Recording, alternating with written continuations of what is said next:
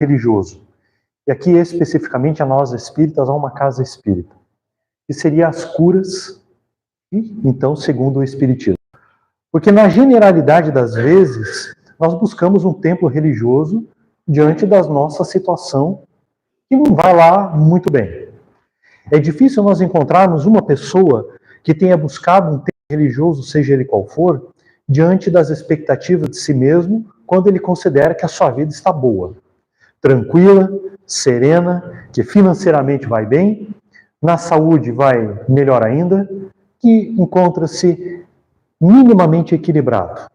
É rara a pessoa que olha para si mesmo e diz assim, olha, eu gostaria de alicerçar certos valores maiores, superiores do que esses que eu me encontro agora. É difícil encontrarmos uma pessoa assim.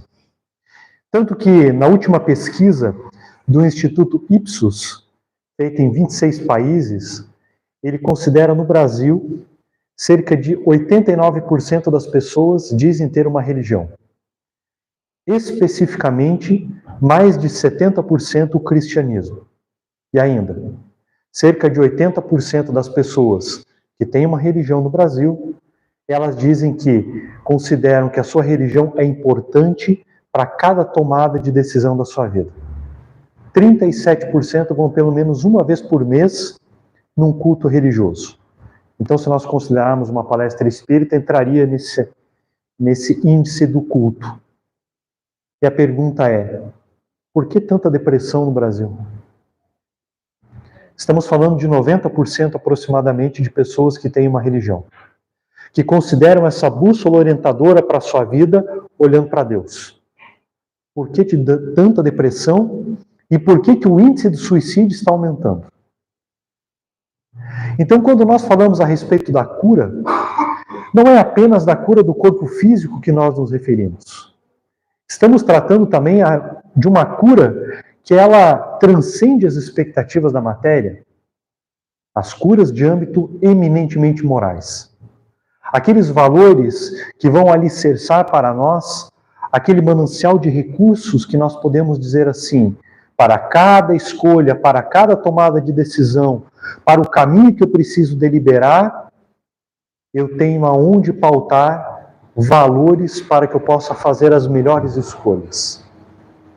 E quando nós deparamos com a nossa própria existência e nos perguntamos, diante das escolhas mais próximas do dia de hoje, quantas nós fizemos pautadas em valores morais? E não nos enganemos na pergunta. Eu me refiro a valores morais. Eu não me refiro aos nossos interesses pessoais.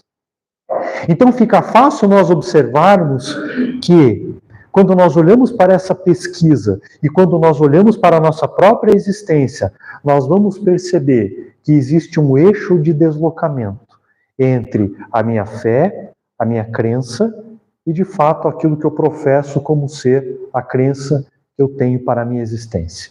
E quanto maior esse eixo de deslocamento entre a fé realmente implantada e aquilo que eu acredito que seja a minha fé, quanto maior esse eixo de deslocamento, mais fácil é eu entrar para a estrada da doença, do desequilíbrio, dos problemas eminentemente morais. E é sobre isso que eu gostaria de falar. Então, antes de nós entrarmos puramente a respeito das curas, segundo o Espiritismo, porque afinal de contas, cá entre nós, é o que nós viemos buscar na Casa Espírita. Quantos de nós está esperando o passe agora para o final? Então nós estamos esperando alguma coisa relativa às curas. Eu gostaria de fazer a leitura de um pequeno trecho de uma obra chamada Falando a Terra, psicografia do nosso Chico, por espíritos diversos. O espírito que eu vou ler o pequeno trecho chama-se Joaquim Murtinho. Ele foi um dos pioneiros no Brasil de trazer a homeopatia. Ele foi, se eu não me engano, o fundador do primeiro instituto de homeopatia no Brasil. Joaquim Murtinho. Ele foi um grande político. Ele foi ministro da Fazenda de Campos Sales. Então nós estamos falando ali do final do século XIX, início do século XX. Um espírito de uma envergadura moral considerável. E depois de desencarnado, por óbvio, ele vai se comunicar, dar uma mensagem pelo Chico que está contido nessa obra. Fica o convite para que vocês leiam na íntegra todo o capítulo. Eu vou ler um pequeno trecho. Então fica o convite. Ele vai intitular a sua comunicação com o nome Saúde.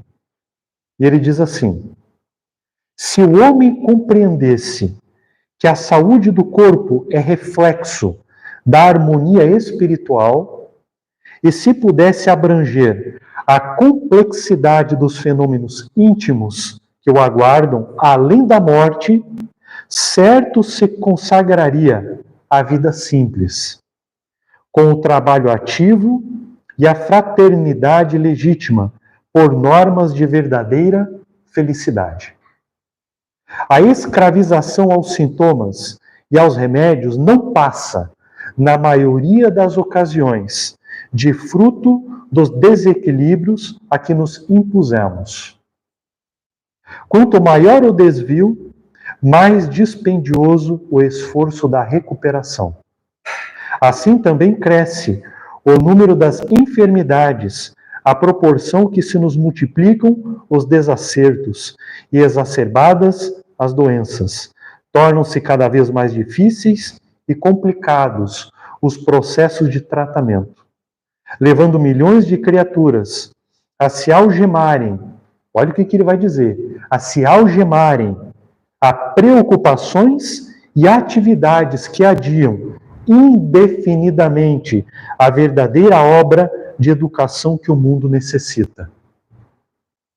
Quanto mais enfermo você se percebe, mais você retarda o mundo de regeneração. É isso que ele está dizendo. E mais para o final da comunicação, ele vai dizer assim: a extrema vibratilidade da alma produz estados de hipersensibilidade, os quais, em muitas circunstâncias, se fazem seguir de verdadeiros desastres organopsíquicos.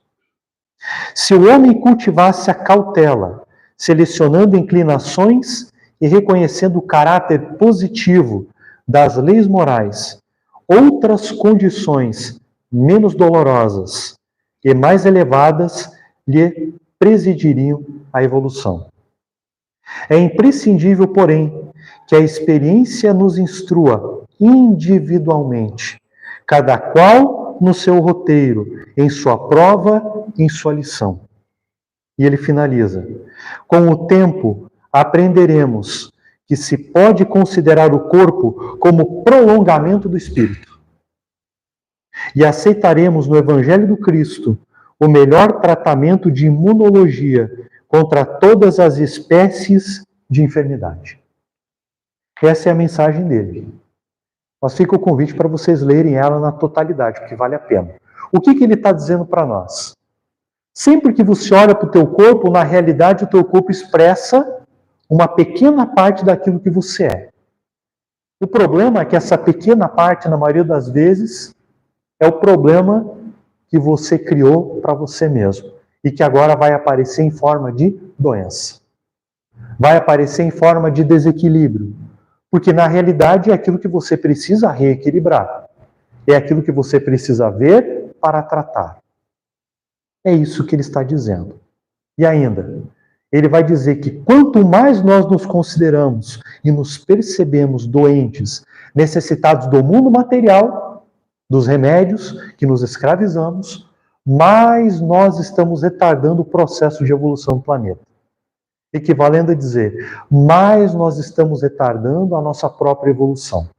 Não significa que não devamos buscar remédios, medicamentos, tratamentos com os médicos desse mundo material. Não é isto. O que ele está se referindo é olharmos para apenas isto. Olharmos para apenas esse viés, desconsiderando o resto.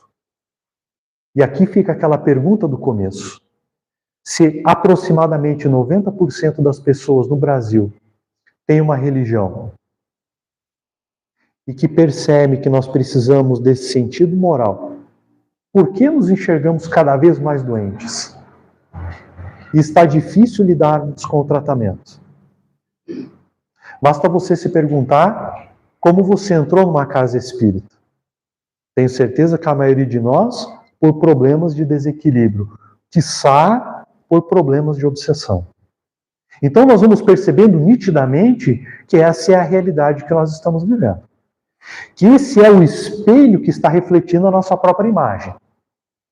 Então, quando nós entramos numa casa espírita, de certa forma, nós estamos buscando esses recursos, esse manancial de recurso, para que nós venhamos a tratar esses problemas. Sejam eles de âmbito moral, sejam eles de âmbito físico. É por isso o passe. O passe nada mais é do que um tratamento puramente físico. Porque a matéria não pode tratar a moral. Ela pode, no máximo, facilitar o entendimento moral. Agora, ela não tem atividade moral. Porque senão nós teríamos um sério problema que poderia culminar com a retrogradação da alma. Mas eu vou falar isso depois.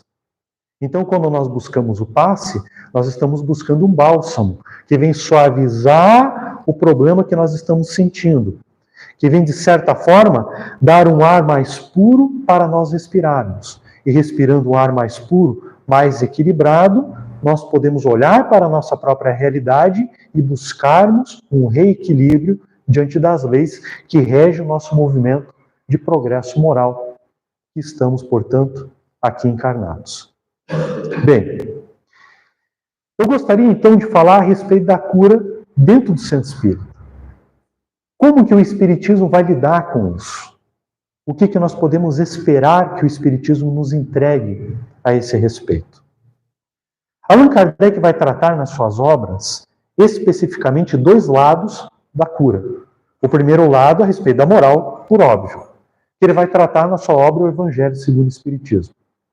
A obra que vai lidar ali com a própria vida de Jesus na sua expressão de uma vida da lei divina, onde nós podemos olhar ali, espelhar as nossas ações, para que nos aproximando das ações de Jesus, venhamos a ter melhores escolhas diante da realidade que nós estamos vivendo. Essa obra comporta diretamente a cura de âmbito moral. Embora Allan Kardec tenha escrito 23 obras, e aqui fica dito, se você quer entender Espiritismo, são 23 obras, não apenas 5, como nós costumeiramente dizemos, são 23. A obra O Evangelho segundo o Espiritismo vai tratar diretamente sobre as questões de uma cura moral. Agora, falando aqui mais diretamente sobre o corpo físico, Allan Kardec vai tratar na obra A Gênese, os milagres e as predições segundo o Espiritismo. Ali ele vai tratar a respeito de assuntos que vão culminar com o entendimento de como se dão as curas no Espiritismo. Porque quantas vezes nós entramos numa sala de passe, por exemplo, e nós saímos dali sem a enxaqueca que nós estávamos sentindo, sem dores que nós estávamos passando, ou talvez, não raras vezes, sem o problema que nós estávamos passando no corpo físico. Quem nunca passou por isto ou ficou sabendo de uma história a esse respeito? Eu mesmo passei por isso alguns anos atrás. Eu não gosto de me citar de exemplo, mas vale a pena a história. Eu havia feito naqueles meses várias palestras seguidas. E aquele dia vai culminar na véspera do Natal. E eu fui fazer uma palestra, eu estava numa crise terrível de coluna. Porque, embora com 40 anos, eu tenho um problema muito sério de dores na coluna. E aquele dia eu fui fazer a palestra à noite e eu quase não consegui ficar em pé, de tanta dor que eu estava sentindo. Mas eu fiz a palestra com a alegria sempre que nós temos. Depois da palestra eu falei, eu vou tomar um passe. E aí naquela casa, me encaminhei para o passe. Depois que eu me levanto da cadeira do passe, eu não tinha dor nenhuma. E aí eu me perguntei, por que não aconteceu antes da palestra? Porque eu fiquei 50 minutos em pé. Por que depois? Porque Jesus foi sozinho para a cruz. Então significa que nós também temos o nosso calvário a passar. E não significa, então, que embora o calvário de um lado, nós não tenhamos a oportunidade do refazimento do outro. Aquele bálsamo que vem nos dá um ar mais puro para respirarmos, especialmente depois de um trabalho bem feito. onde nós nos entregamos, de fato, a algo que vale a pena ser feito. Então, Allan Kardec vai tratar a respeito desse lado físico nessa obra, a Gênese. E como que ele vai tratar a esse respeito? Primeiro, ele vai iniciar de um postulado, de uma premissa, que é a respeito de Deus. Deus é soberanamente justo e bom.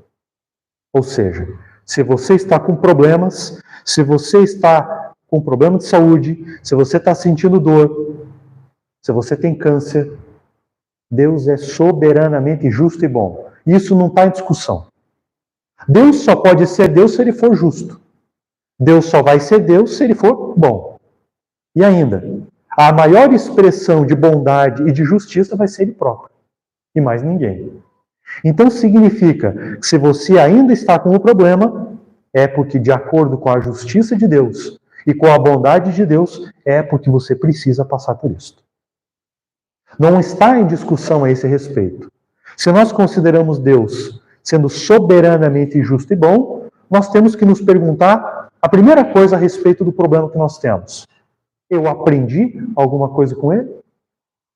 Porque se Deus é justo e bom e me deu essa problemática, significa que eu preciso aprender com tal. Depois que Allan Kardec vai tratar a respeito de que Deus é soberanamente justo e bom, ele vai passar para um próximo caminho, um próximo passo, a respeito dos milagres. Claro, porque pensa comigo, depois que você entra numa câmara do passe e você sai sem dor, é ou não é um milagre? Aparentemente é um milagre. Quando nós olhamos as histórias de Jesus de 2000 anos atrás, Jesus pegando a mão mirrada do homem, refazendo, reestruturando, Jesus pegando o homem paralítico, o cego, reestruturando a saúde biológica. Era ou não era um milagre? Era um milagre. E Allan Kardec vai então demonstrar que, segundo o Espiritismo, não existe milagre. Não pode haver milagre. Por quê? Porque o milagre, segundo a teologia tradicional cristã, significa que Deus ele vai pegar a sua justiça, que está representada na lei, então ele vai pegar a própria lei divina, por ele instituída na criação, e vai dizer assim, agora eu vou agir por detrás da lei. Porque a lei não comporta que aquela cura acontecesse. Porque a pessoa estava doente. Então ele vai ter que agir por detrás para, primeiro, mostrar a sua grandeza. Depois, para mostrar que ele é ativo, dinâmico, presente, misericordioso. E ainda, não pode haver explicações naturais para aquele acontecimento. Isso, segundo a teologia, é milagre. Então, quando nós olhamos para esse conceito teológico de milagre, Allan Kardec vai dizer, não pode ter no Espiritismo isso. Por quê? Se Deus é justo e é bom, Deus não vai subverter a sua própria lei para agir. Então não vai existir milagre desse tipo. Se os milagres vão acontecer, segundo o nosso entendimento filosófico, esse tipo de milagre deve acontecer dentro da justeza divina, dentro da bondade de Deus. Deus não precisa se esconder, Deus não vai precisar criar um movimento onde ele vai dizer, ei, todo mundo aqui, eu sou Deus. Ele não precisa disso. Porque se ele é o próprio Criador e é aquele que mais se esconde na criação, por que ele precisaria de um indivíduo para apresentar-se que ele existe? Não faz sentido. Não faz sentido. Então Allan Kardec vai dizer, olha, segundo o entendimento da teologia tradicional, a ideia de milagre não vai funcionar nesse sentido. Não vai. Aliás, quando nós olhamos para a época da Inquisição, muitas pessoas foram para a forca, empalados, queimados nas fogueiras, porque tentaram descobrir respostas naturais para certos milagres que aconteceram no seio da igreja. Ou seja, não se podia nem mesmo discutir a respeito de milagres. E Allan Kardec vai dizer que não pode. Se Deus é justo e Deus é bom, isso não pode acontecer. Depois que ele vai apresentar que milagre não pode acontecer nesse sentido, ele vai dizer, tem um tipo de milagre que pode acontecer, o milagre filosófico. Filosófico. E o que é um milagre filosófico? É você olhar para a tua vida, olhar para a realidade à tua volta e dizer assim, meu Deus, diante de todo o movimento, de toda a probabilidade, não podia dar isso. É um verdadeiro milagre. Nesse sentido filosófico, sim, mas não de uma explicação que não tem resposta. Pense o seguinte, imagine um familiar teu que estava desenganado no hospital. E aí você foi e orou bastante, orou tanto, de certa forma que a providência divina acabou olhando para os méritos daquele indivíduo e disse assim, não, ele pode ficar mais um pouco ali. Nós vamos reequilibrar a saúde dele porque ele pode dar alguns passos a mais. Nós confiamos na evolução dele. E aí então, de um momento para outro, ele restabelece. E aí você diz, é um verdadeiro milagre de Deus. Nesse sentido filosófico, nós podemos acreditar que sim. Assim como quando nós pegamos o microscópio, hoje nós enxergamos ali vírus, bactérias, protozoários. E há 2000 anos atrás, Jesus curando a lepra, que tem a ver com uma bactéria, era um milagre. Mas para nós hoje, por microscópio, sabemos que existe um reino ali que trabalha e que pode ser atuado. Então, segundo o Espiritismo, não vai haver milagre. Então, quando você vai para a câmara do passe e você sai se sentindo melhor, saiba, não foi um milagre. Saiba, sobretudo, de que foi uma confiança da providência divina, que você pode fazer mais e melhor sobre você mesmo. Se Deus é justo e bom e te deu essa oportunidade, significa que Ele espera de você mais do que você vinha dando até aquele momento. Depois que Allan Kardec vai estruturar isso, ele vai apresentar um outro paradigma. Um paradigma que vai ser uma premissa fundamental para entendermos. Que quanto mais os espíritos evoluem, mais e melhor eles compreendem a matéria. E quanto mais eles melhor compreendem a matéria, mais eles podem atuar na própria matéria. Mais atuando na própria matéria, eles podem manipular aquela matéria e podem oferecer certos tipos de manipulação que vão culminar no reequilíbrio da saúde física. Como era o tratamento da medicina 200 anos atrás? Como era o tratamento da medicina 100 anos atrás? Na época da Segunda Guerra Mundial, como você limpava as feridas dos soldados na guerra para que não entrasse ali bactérias, vírus, fungos? Imagine você fazendo o mesmo hoje dentro do hospital. Então você vai percebendo que quanto mais você vai evoluindo em entendimento, mais e melhor você manipula a própria matéria do teu corpo.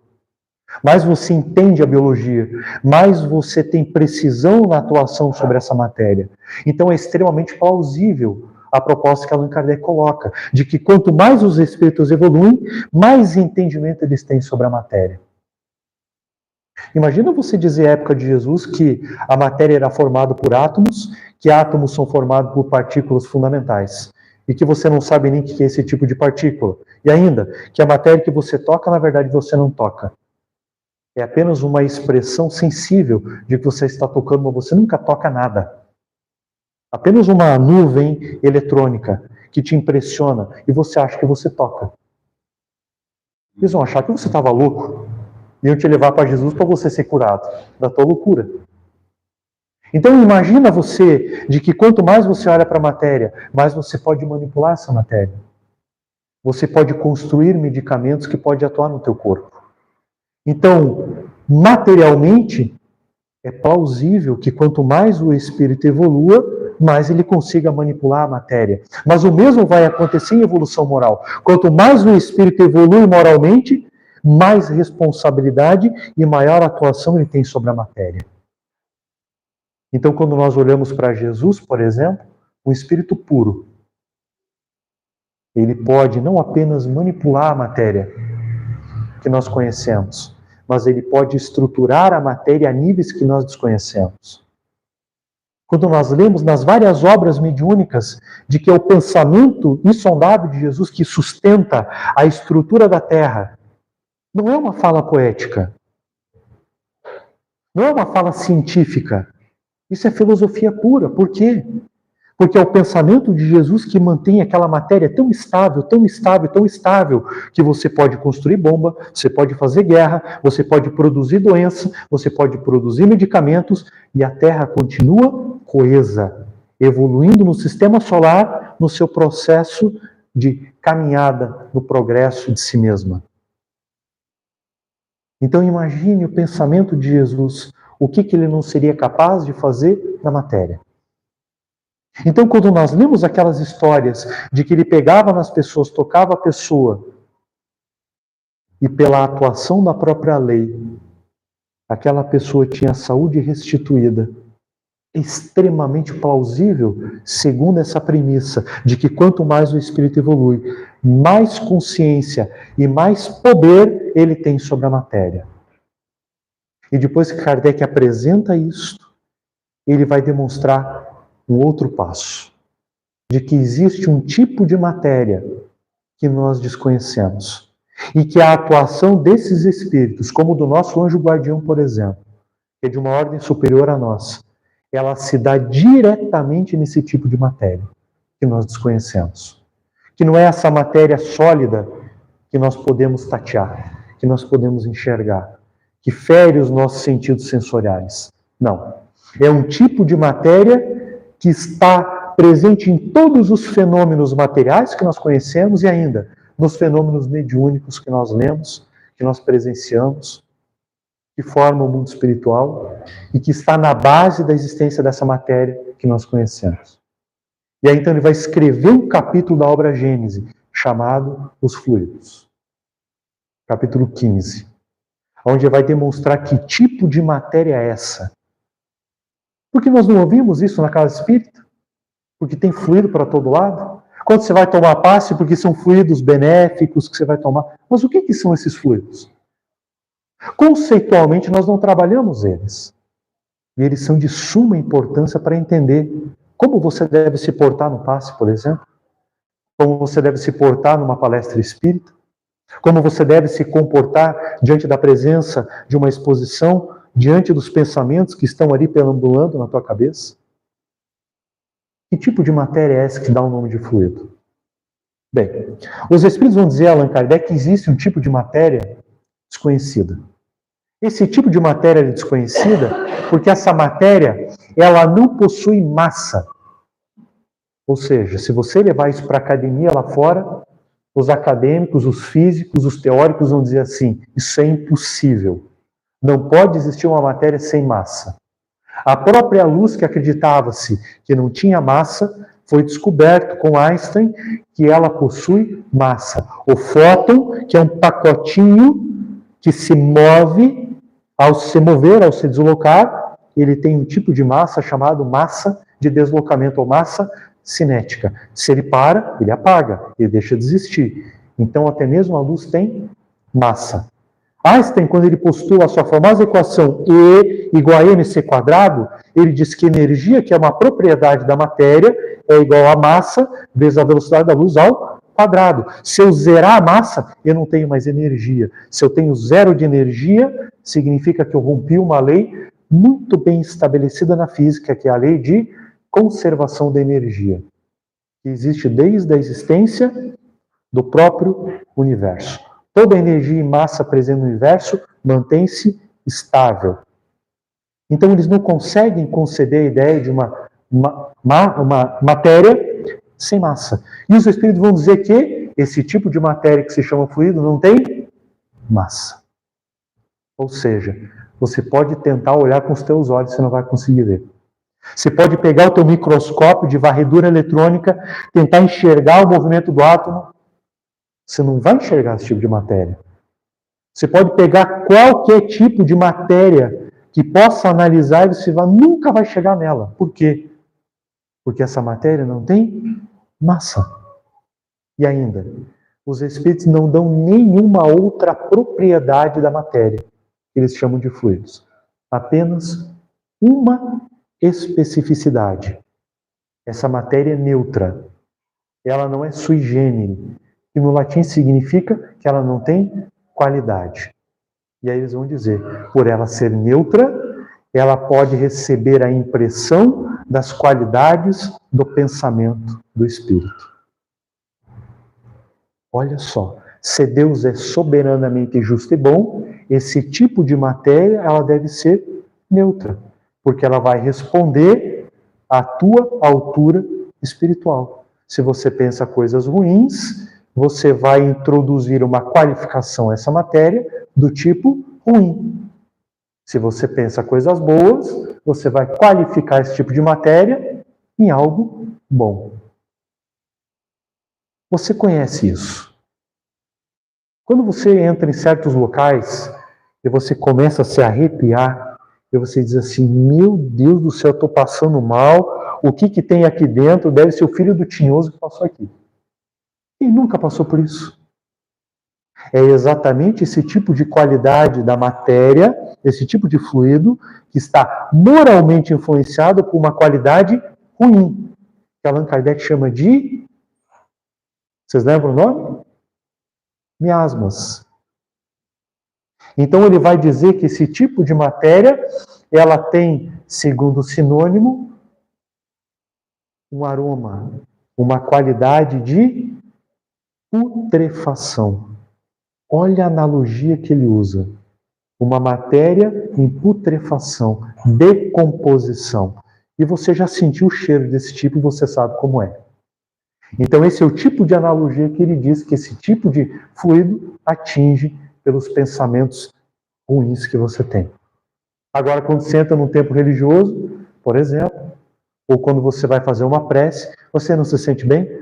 Você não se sente mais tranquilo? Não parece que à tua volta as coisas ficam mais equilibradas? É porque você impressionou essa matéria com uma moral mais elevada e ela responde à altura. Esse tipo de matéria que eles chamam de fluido. E por que fluido? Porque fluido era uma palavra utilizada à época de Allan Kardec na filosofia, que dizia o seguinte, é um tipo de matéria desconhecida que produz um fenômeno que você pode ver. Sim, um fenômeno que você pode ver. Quem aqui já teve gastrite nervosa? Todos nós.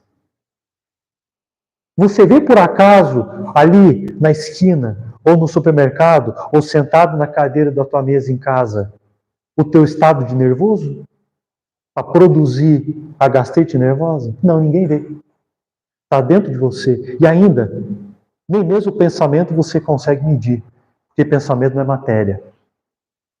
Então veja, o pensamento pode produzir uma reação do tipo material.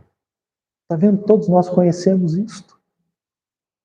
Então nós vemos o fenômeno, a existência disso, embora nós desconheçamos a natureza físico-químico desse tipo de fluido, desse tipo de matéria.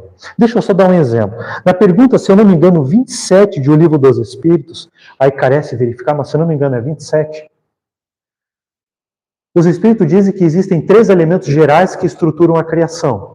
Deus, Espírito e matéria.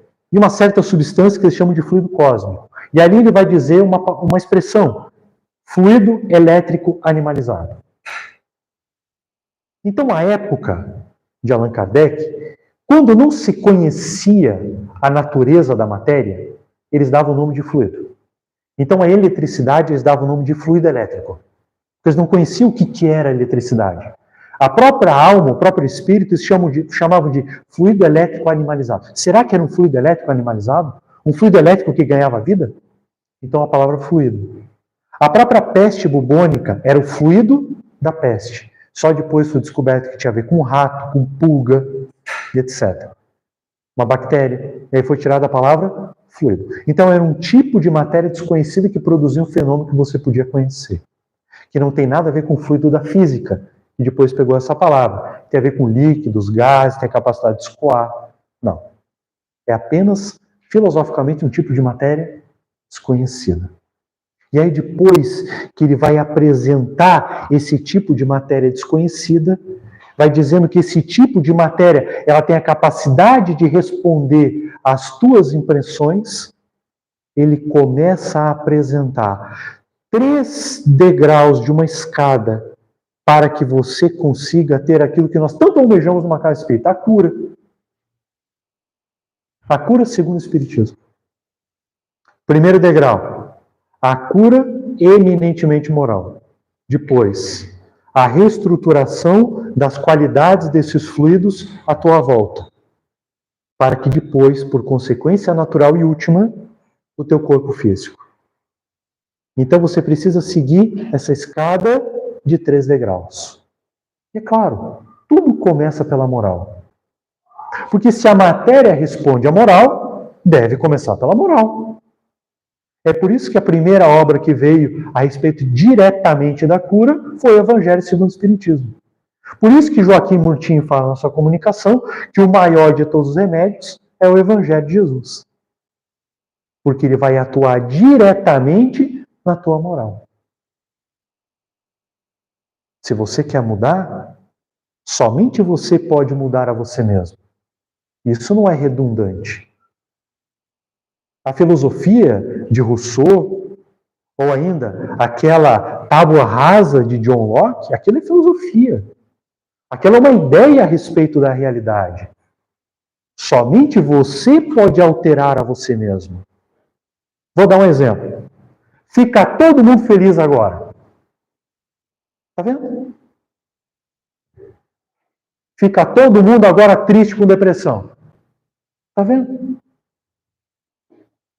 Então não existe uma voz de ordem que vai dizer para você, olha, fique triste, fique melhor, saia da depressão, entre numa depressão. Somente você pode alterar a você mesmo. É claro que as circunstâncias à tua volta, a impressão da matéria à tua volta, pode te promover pensamentos que vão te adoecer e vão te favorecer a melhora. Agora, somente você pode alterar a você mesmo. É por isso que dentro da filosofia que estuda o ser humano, nós vamos ter 3 dimensões que estudam o ser humano. O ser humano que pode alterar ele próprio, os pensamentos. Depois a impressão da matéria que ele vê e depois, por último, a resposta dele sobre as impressões. Agora, olha que interessante. Se você for cego, coxo, se você tiver problemas quaisquer, câncer, se você tiver idiotia, e aqui eu estou usando o conceito da época de Allan Kardec, se você tiver problemas outros, essa máxima é válida. Somente você pode alterar a você mesmo, porque você continua pensando, embora o teu corpo físico esteja desequilibrado, segundo o entendimento natural de saúde. Somente você pode alterar a você mesmo. E eu falei o exemplo do idiota. Segundo o conceito da época de Allan Kardec. Sim, até mesmo aqueles que nós olhamos e percebemos que eles têm o processo cognitivo mais baixo, inferior que o dito normal, eles também conseguem observar a realidade e podem alterar a eles próprios. Deus é soberanamente justo e bom, senão não haveria razão da própria encarnação. E Allan Kardec, à época, deixa eu aqui dar um parênteses, Allan Kardec, à época, evocou o espírito de uma criança idiota. E o caso dela era bem extremado. Ela não conseguia interagir com os próprios pais. E enquanto ele conversava com o espírito, através do médium, o espírito explicava o porquê que ele estava assim, qual era o entendimento dele a respeito da realidade, e ainda que ele ouvia e entendia a chacota das pessoas à volta dele, como olhavam para ele, como falavam dele, e que aquilo feria e magoava ele. E segundo o entendimento nosso, ele não tinha nem mesmo condições de interagir com a realidade. Portanto, a máxima de que somente você pode alterar a você mesmo é válida para qualquer ocasião, encarnado e desencarnado. Então, quando você vê uma pessoa que está numa condição dessa, pense favorável ao processo de melhora dela, porque ela está entendendo. Se você pode alterar você mesmo, a pergunta é, se você está numa casa espírita hoje, o que você quer levar daqui para casa? O que você quer levar daqui para o teu processo de melhora? Só o passe? Tem que ter mais do que o passe. Tem que ter um material melhor do que o passe. Sim, melhor, porque o passe vai atuar na matéria, mas você vai atuar sobre você mesmo moralmente falando. Então, quando você vem a uma casa espírita, se pergunte sempre, por que eu estou indo? E o que eu quero levar de lá para casa? Nós estamos aqui por 40, 50 minutos, distantes dos nossos problemas sociais, profissionais, familiares, para que esses espíritos superiores tenham acesso a nós. Venha nos intuir sobre coisas, nos inspirar, para que nós tenhamos uma intuição melhor sobre nós mesmos, para que nós possamos pensar sobre coisas que lá fora nós não pensaríamos. Tenho certeza que alguém já pensou sobre coisas que lá fora não estaria a pensar. Ideias de resolução de problemas que lá fora não conseguiria. Então veja, o processo de cura, ele é muito maior do que a própria matéria. Ele se estende muito mais do que o teu próprio corpo físico.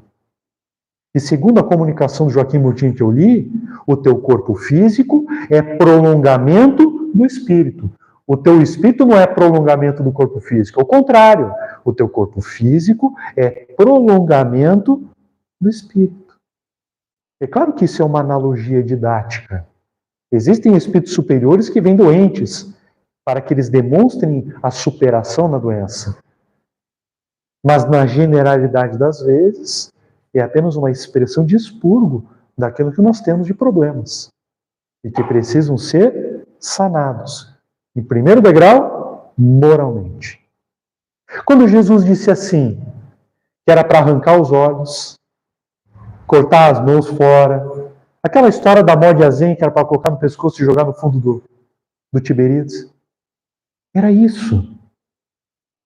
Era preferível que a própria lei passasse e te deixasse cego numa próxima existência do que você continuar fazendo mau uso daquelas faculdades, aonde vai te deixar doente. E cada vez mais doente. É por isso que Jesus dizia assim, quando fazia as curas: vai e não tornes a pecar, para que algo de pior não te suceda. Você teve a saúde restabelecida. Se você continuar no caminho que você estava, você não apenas vai voltar para onde você estava, de desequilíbrio, quando você vai piorar. Porque foi você que construiu, como grande arquiteto de si mesmo, a problemática em você. Então, depois que ele vai demonstrar que o primeiro caminho é a mudança moral, ele vai dizer, depois que você aprende que moralmente você precisa mudar, você precisa entender que tudo à tua volta depende do pensamento que você tem. Sim. Se você quer respirar um ar melhor, mude os teus pensamentos. Quando a gente lê assim nas obras, que os espíritos vão para o umbral, para regiões espirituais inferiores, para ajudar a estender as mãos aos necessitados que estão lá já em condição de recuperação, vão para o chamado Vale dos Suicidas, onde existe uma dor tremenda, existe sempre um alerta: não entre no pensamento que está pairando no ambiente, porque senão você vai se prender a esse tipo de pensamento e você vai ficar aqui, vinculado a esse tipo de ideia. Então, o que significa isto? Que você vai imprimir à tua volta a qualidade dos pensamentos que você tem. Você pode até entrar em ambientes desfavoráveis, mas é o teu pensamento que vai, entre aspas, e aqui é didático, te proteger das vibrações inócuas daquele tipo de ambiente. Percebe? Então nós somos senhores de nós mesmos. Nós somos os arquitetos da nossa própria saúde, da nossa própria cura. Uma vez que você pensa melhor, esses fluidos vão reestruturar a tua volta, vão ter qualidades melhores. E então essa impressão de uma qualidade melhor vai, por consequência natural, te dar uma resposta desse tipo. Agora eu consigo respirar melhor. Eu posso vislumbrar a realidade um pouco mais equilibrada, para que eu possa alterar a mim mesmo. de um modo mais favorável. Deixa eu dar um exemplo sobre isso. Imagine esse ambiente aqui numa fumaça pesada. Você começa a respirar. Aquilo começa a prejudicar os teus pulmões, o teu sangue começa a oxidar, você começa a entrar num processo de adoecimento que vai te levar à morte. Agora, se eu simplesmente abrir as janelas, as portas, a fumaça começa a dissipar, a sair, começa a entrar ar puro. Você começa a respirar o ar puro, os teus pulmões começam a respirar aquele ar mais puro, o teu próprio pulmão começa a melhorar a estrutura dos alvéolos, o teu sangue começa a ser reestruturado, a oxidação diminui, você se aproxima do reequilíbrio. É a mesma ideia.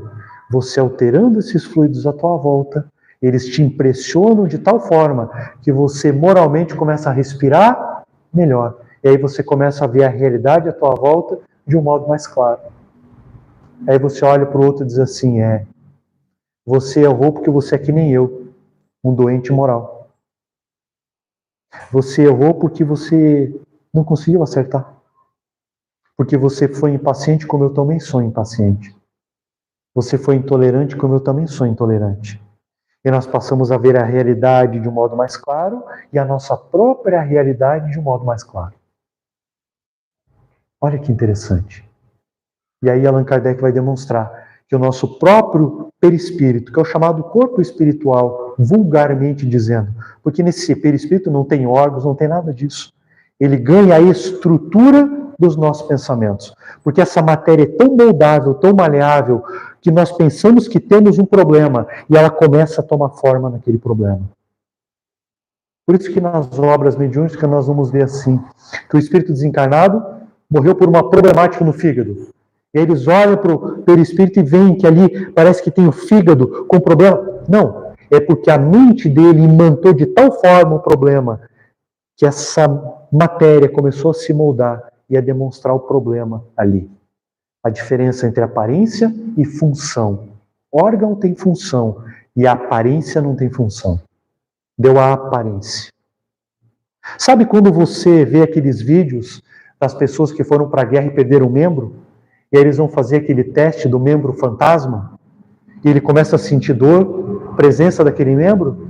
É a mesma ideia. A mente dele ainda tem a presença daquele membro. E começa a estruturar aquela matéria ali em volta. A mesma ideia. Para que depois, então, vá para o último degrau, o corpo físico. Naquele caminho da moral, para o perispírito, essa matéria à tua volta, para que atinja o teu corpo físico. E essa matéria dura, que você pode palpar, você pode ver, você pode tocar, você pode analisar. Uma vez que você vá fazendo isso, o teu corpo vai responder à altura. Lembra da história da gastrite nervosa? Você pode passar uma vida tomando omeprazol, e não é merchandising para farmacêutica.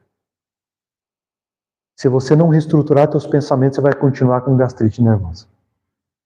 Você pode hoje parar de tomar omeprazol. Se você reestruturar os teus pensamentos, o teu estômago melhora. Está aí as doenças psicossomáticas. Estão aí os psicólogos para falar a esse respeito. Está aí a tal da fibromialgia, que não se sabe qual é de fato o problema. E que sempre são levados para serem tratados com terapia, para conhecer-se a si mesmo, etc, etc, etc. Então, quando nós olhamos para esse processo de cura e consideramos lá no final que só vai chegar no corpo se começou pelo estado moral e que, sobretudo, paira um Deus soberanamente justo e bom, se você quer a cura do corpo físico, primeiro se pergunte se você aprendeu com o problema que você está sofrendo, com a doença que você tem. Se você não aprendeu nada, não espere que Deus, sendo justo, vá te curar. Não espere que Deus, sendo bom e querendo o melhor para ti, simplesmente vai anular o problema. Porque Ele é justo e bom. Agora, se você já entendeu que isto é um mecanismo de evolução, você pode ficar esperançoso, sim. Se você já entendeu que você é senhor de você mesmo, você pode ficar esperançoso que quando você for para o passe, ao sair daqui, você vá se sentir melhor. Que você pode, de fato, ter a tua saúde, restabelecida. Talvez até mesmo um câncer que vai se desenvolver daqui a 10 anos. Mas que, dado o teu processo de caminhar da tua vida atual, os Espíritos disseram, diante da programação, ele não vai precisar disso agora.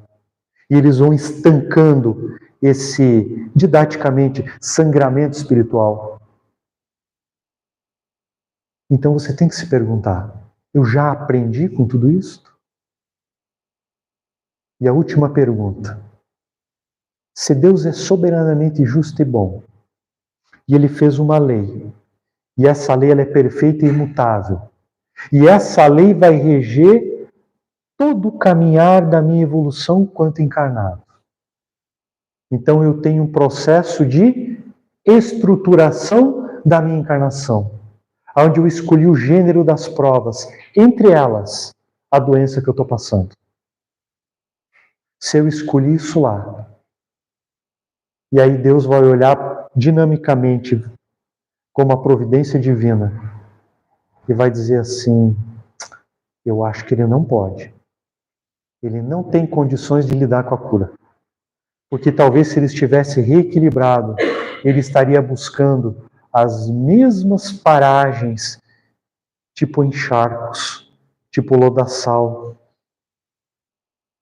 para se nutrir moralmente. Então não vai dar. E vai continuar uma vida desse lado. Então são duas perguntas que nós precisamos nos fazer. Agora, nunca perca as esperanças. Porque Deus nunca perdeu as esperanças em nós.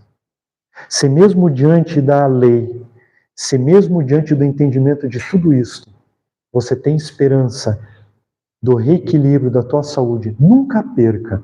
Sabe por quê? Porque mesmo no final, se você não atingir, você vai entender que esse caminho foi tão importante, porque moralmente você mudou tanto, mas tanto, que você talvez tenha resolvido o problema, não dessa própria encarnação, como quiçá das próximas. Porque você conseguiu alicerçar um valor moral que só pela doença, por si só, você não conseguiria. Feliz cura para todos nós. Muito obrigado.